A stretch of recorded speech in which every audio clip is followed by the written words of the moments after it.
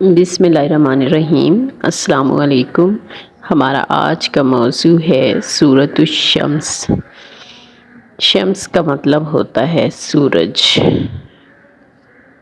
English میں اس کے لیے دی سن کا لفظ استعمال ہوتا ہے۔ اللہ تعالیٰ نے سورج اور اس کی دھوپ کی قسم کھائی ہے۔ سورج اللہ تعالیٰ کی قدرت کی نشانیوں میں سے ایک بڑی نشانی ہے۔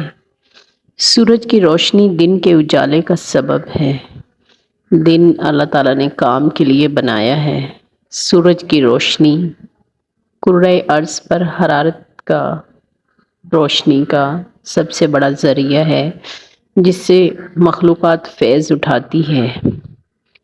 پھر چاند کی قسم کھائی ہے اللہ تعالیٰ نے، جو اس کے پیچھے آتا ہے، یعنی دن کو سورج پھر رات کو چاند چمکتا ہے۔ چاند کی روشنی ٹھنڈی ہوتی ہے کیونکہ رات آرام کے لیے ہے، اسی لیے دن کی طرح کی روشنی رات کے لیے مناسب نہیں ہے، تو رات کے لیے اللہ تعالیٰ نے چاند کو مقرر کیا ہے۔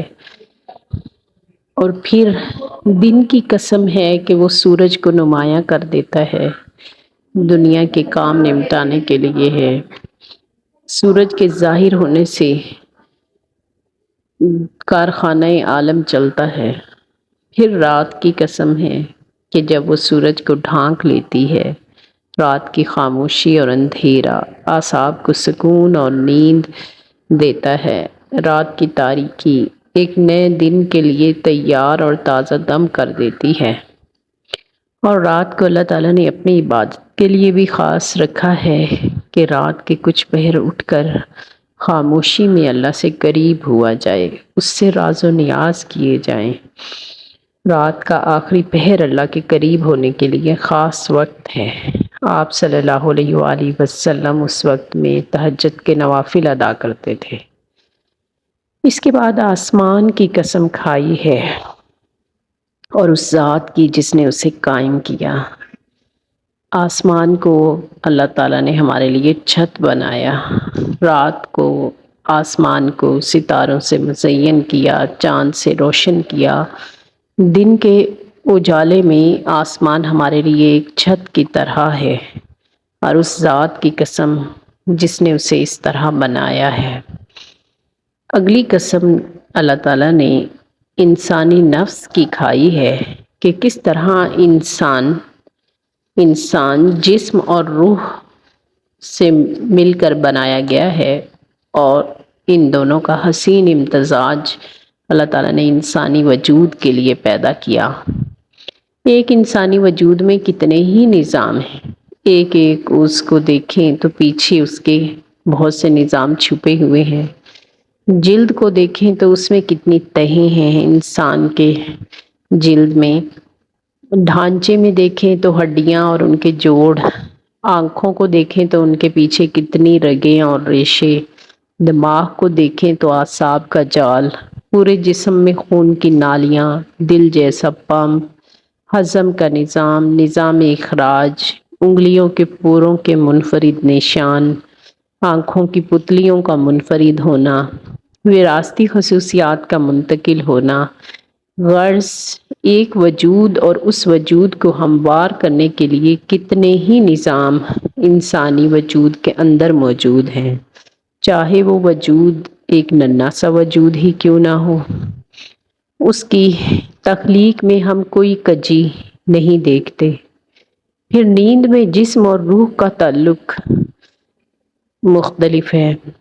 موت کا واقع ہونا، موت کے بعد روح کا جسم سے رابطہ، خواب، نیند کا عالم، غرض نفس سے انسانی سے متعلق بہت سے حقائق ہیں جن میں تحقیقات کی نئی نئی راہیں نکلتی ہیں۔ انسان حیران ہوتا ہے اپنے خالق کی خلاقی دیکھ کر۔ انسان اللہ تعالیٰ کی بہترین مخلوق اور اس کے اندر اللہ کے قائم کردہ بہترین نظام اس کی ذات میں موجود ہے، تو اس صورت میں اس ذات کی قسم کھائی گئی ہے جس نے انسانی نفس کو ہموار کیا، یعنی اللہ تعالیٰ نے اپنی ذات کی قسم کھائی ہے۔ تو یقیناً وہ بے انتہا قدرت والا ہے، وہ جو چاہتا ہے تخلیق کرتا ہے، اور پھر انسان پر اس نے نیکی اور بدی الہام کر رکھی ہے۔ یعنی ہر انسان کے اندر قدرتی طور پر نیکی اور بدی کا شعور موجود ہے، اور یہ الہامی طور پہ عطا کرتا ہے۔ ہر انسان کے دل میں یہ الہام موجود ہے۔ اسی بنا پر حدیث میں بتایا گیا ہے کہ گناہ وہ ہے جو تمہارے دل میں کھٹکے۔ کیا چیز گناہ ہے، یہ جاننے کے لیے انسان اپنے ضمیر سے پوچھے تو اس کا ضمیر بھی اسے بتا دیتا ہے۔ جب وہ کوئی برا کام کرے تو اس کو ملامت کرتا ہے۔ تو یہ ہر انسان کے اندر موجود ہے۔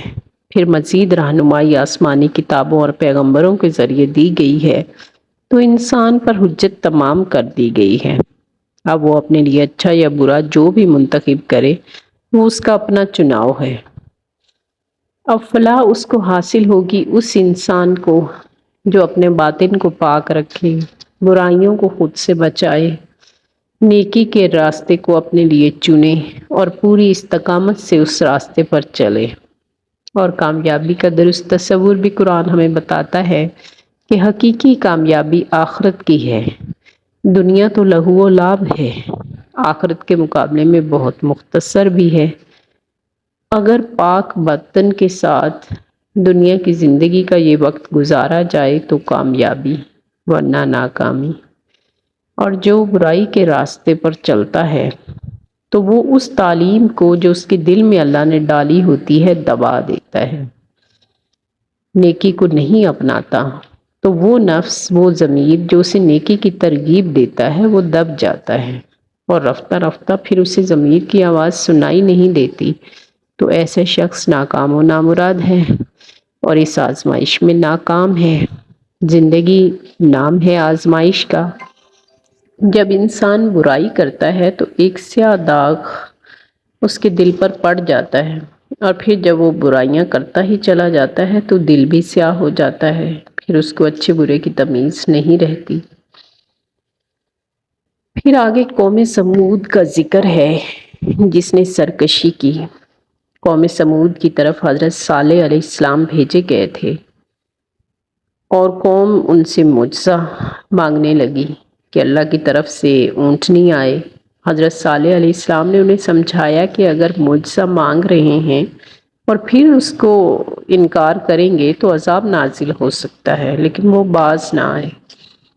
پھر اللہ نے ان کا منہ مانگا معجزہ پورا بھی کر دیا کہ ایک اللہ کی طرف سے اونٹنی آئی جو بہت بڑی تھی۔